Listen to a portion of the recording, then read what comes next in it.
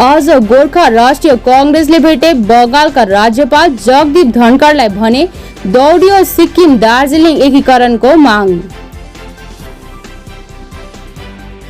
जीटीएले पहाडको जनआकांक्षा नबोक्ने गोराङ अध्यक्ष भरत दोगको दावी।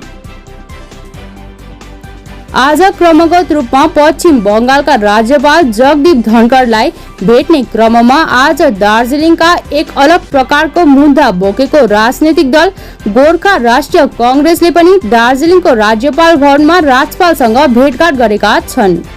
भेटघाटपछि पत्रकारहरूलाई सम्बोधन गरिने क्रममा गोर्खा राष्ट्रिय कांग्रेसका अध्यक्ष भरत दोगले पुनः एकपटक दार्जिलिङ पहाडलाई सिक्किमसँग विलय गराएर यस भूमि र यस भूमिमा बसोबास गर्ने गोर्खा समुदायको भारत देशभित्र स्थानीय राजनीतिक समाधान गर्नुपर्ने ज्ञापन पत्र बंगालका राज्यपाल जगदीप धनखडलाई सुम्पिएको बताउँदै दार्जिलिङ पहाडको निम्ति मौजुदा जीटीए जस्तो व्यवस्थाले यहाँको जनआकांक्षा बोक्न नसक्ने भन्दै जीटीएलाई यथाशीघ्र भङ्ग गरेर यस भूमिलाई सठिक टुङ्गो लगाउनु पर्ने गोर्खा राष्ट्रिय कांग्रेसको माग रहेको बताएका छन्।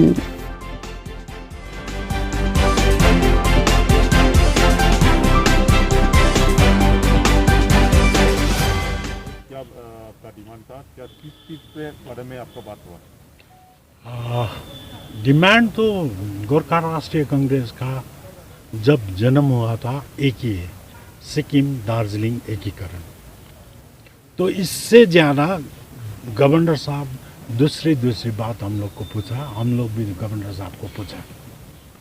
तो इसमें सबसे पहली बात तो गवर्नर साहब पूछा जीटीए के बारे में, जीटीए क्या बोलते हैं आप लोग बोला।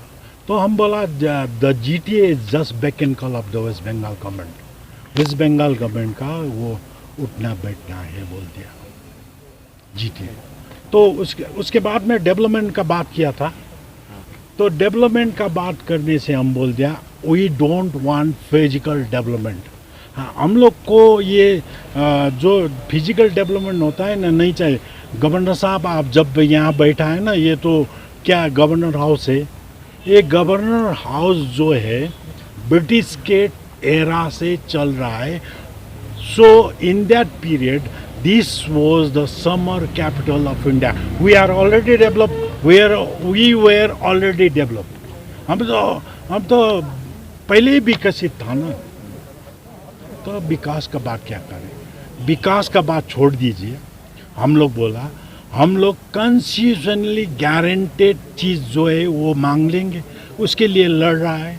दूसरा चीज़ जो है लेजिस्लेटिव सिक्योरिटी दीजिए। गवर्नर साहब को हम यही बोल दिया। तो ये जो दोनों चीज़ मिला के क्या होता है, एक चीज़ होता है वो बोलता है हम separation from Bengal. We have been struggling from century back. हम लोग को सेपरेट एडमिनिस्ट्रेटिव प्रोविंस चाहिए। ये तो 100 साल हो गया, सेंचुरी का बात है। तो उस हिसाब से ये जो आज कर रहा है, हम लोग डेवलपमेंट के लिए नहीं बैठा है। हम लोग ऑलरेडी डेवलप है। हम लोग को लेजिस्लेटिव सिक्योरिटी और लेजिस्लेटिव पावर्स एंड फंक्शन चाहिए। इसके लिए हम लोग ये काम कर रहा है जो कि सिक्किम दार्जिलिंग एकीकरण है। Darjeeling is an lost territory of Sikkim, so it has to revert to the government of Sikkim. तो वर्तमान में जो सिक्किम का नेता लोग हैं, यदि सेंट्रल गवर्नमेंट ये डायरेक्टिव्स देगा हम लोग दार्जिलिंग को मांग लेंगे, वो लोग बोला है। तो ये गवर्नर साहब को बोल दिया। इसके लिए गवर्नर साहब खुद बोला, हिज एक्सेलेंसी खुद बोला कि यदि कल के दिन में कुछ हो गया तो आप लोग को फिर हम लोग बोलेंगे, फिर बुला लेंगे। इसके लिए हम सेंट्रल में थोड़ा प्रस्ताव रखेंगे। गोरखा राष्ट्रीय कांग्रेस का तो मेन डिमांड है दार्जिलिंग सिक्किम विलय। हाँ, तो अभी इशू चल रहा है कि नॉर्थ बंगाल को सेपरेट करने के लिए, और जो दार्जिलिंग का पुराना मांग है गोरखालैंड, 11 कम्युनिटी एट्सेट्रा, तो इसमें आपका क्या राय है? नॉर्थ बंगाल अगर सेपरेट हो गया तो गोरखा राष्ट्रीय कांग्रेस क्या करेगा, विरोध करेगा या समर्थन करेगा? ये बात तो हम गवर्नर साहब को पूछा था। I let you know afterwards बोला। तो सुनिए, अब आप पूछ लिया तो हम बोल देंगे। ये जो नॉर्थ बंगाल हो जाएगा ना, तो बंगाल इतना वेहेमेंटली अपोज करेगा, इतना अपोज करेगा। लास्ट डेस्परेट मेजर्स में ये लोग 16 अक्टूबर 1905 का लॉर्ड कर्जन के टाइम में बंगाल विभाजन हुआ था ना, उस वक्त वेस्ट बंगाल और ईस्ट बंगाल का बात हुआ था। ईस्ट बंगाल अलग हो गया, वेस्ट बंगाल, हालांकि ये प्रशासनिक व्यवस्था के लिए था, लेकिन ये वही ईस्ट बंगाल को लेके पाकिस्तान ने इनकैश कर दिया, वो सेपरेट कंट्री बना दिया। डेस्परेट मेजर लेने से बंगाल यदि ईस्ट बंगाल में चला गया, बांग्लादेश में चला गया, विल बी रिस्पॉन्सिबल। कि ये हैंडफुल ऑफ एमपी रिस्पॉन्सिबल हो जाएगा?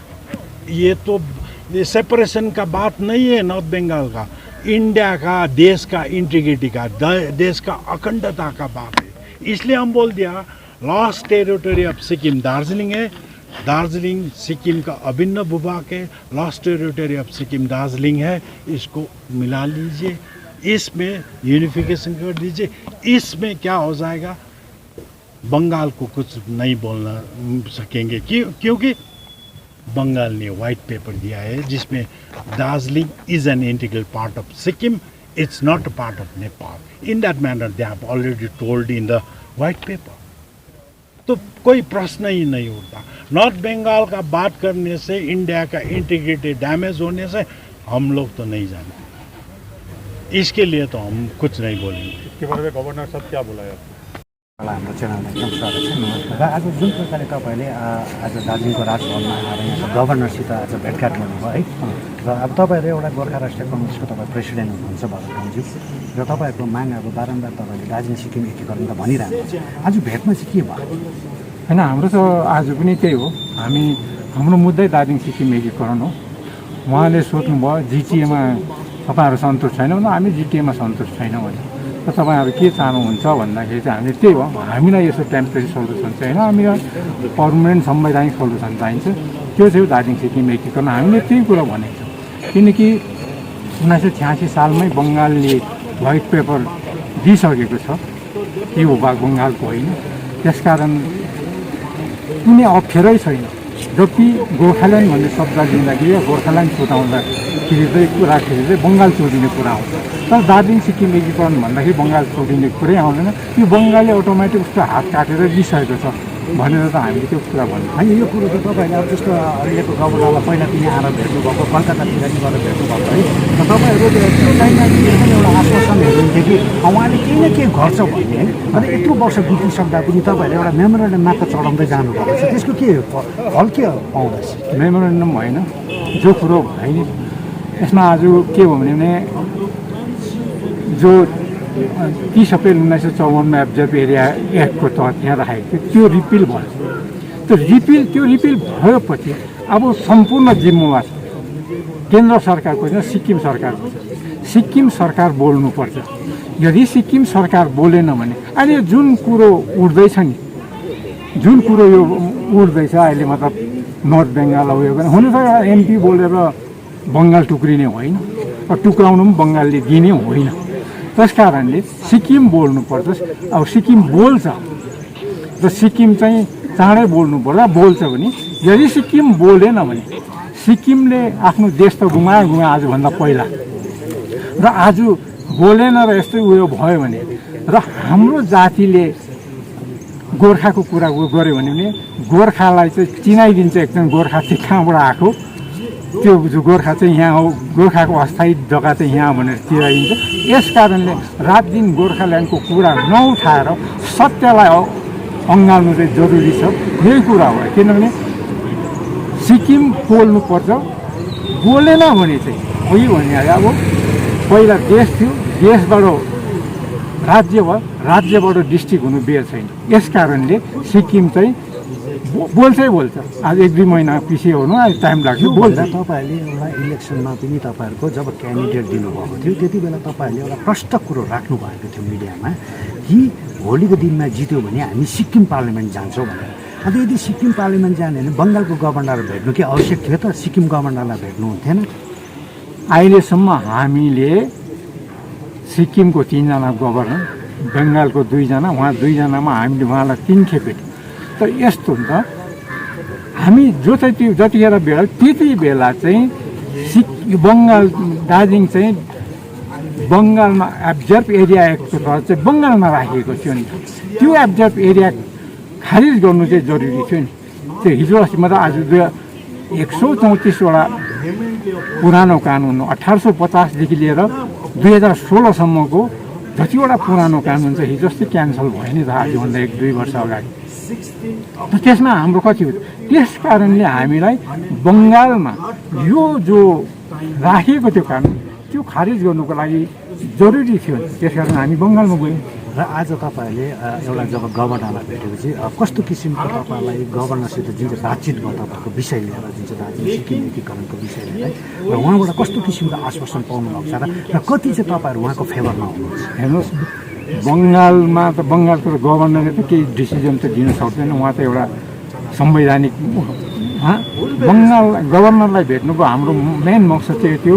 किन अब हामीले अब खासमा हो भने त अहिले यो कुराको लागि त हामीले एमपीलाई भेट्नुपर्ने, यो कुरा एमपीले दिल्लीमा लानुपर्ने। तर दार्जिलिङको एमपी स्थायी यहाँको एमपी होइन, उहाँ पनि धारा 7 एमपी हो र उहाँलाई पनि जसरी यहाँको आधा स्वरूप दार्जिलिङीहरूलाई थाहा छैन नि त यो भूभाग कसको हो, त्यस्तै हाम्रो एमपीलाई पनि केही थाहा छैन। त्यसकारण एमपी त हामीसँग आजभन्दा हामीले 2 वर्ष अगाडि जब त्यो उहाँ एमपी भएर आउनुभयो त्यति बेला हामीले उहाँलाई मेमोरेन्डम चढाएको। त उहाँले खोज तलास गर्नुपर्ने थियो नि कि केन्द्र सरकारले भन्दैछ पर्मानेन्ट सल्युसन गरिदिन्छु दार्जिलिङको भनेर, तर एमपीले आज पर्मानेन्ट सल्युसन गोर्खाल्यान्डको पछि लाग्दैछ। किन?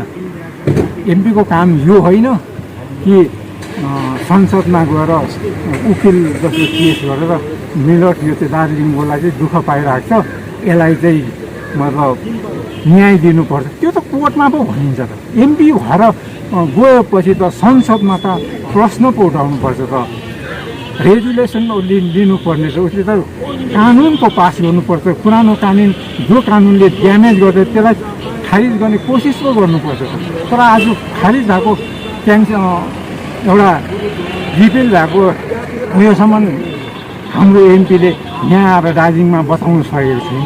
उसले बताउनु पर्ने होइन र जुन एक्टको तहत चाहिँ दार्जिलिङ बङ्गालमा थियो त्यो एक्ट चाहिँ खारिज भयो भने त एमपीले बताउनु पर्ने। आज कहाँ छ एमपी? भनेपछि तपाईँहरू जुन चाहिँ अहिले जुन चाहिँ यहाँको एमपी छ, एमपीदेखि तपाईँहरू सन्तुष्ट छैन? सन्तुष्ट भएको भए गभर्नरसँग आउनु कामै थिएन हामी। हवस् त तपाईँ।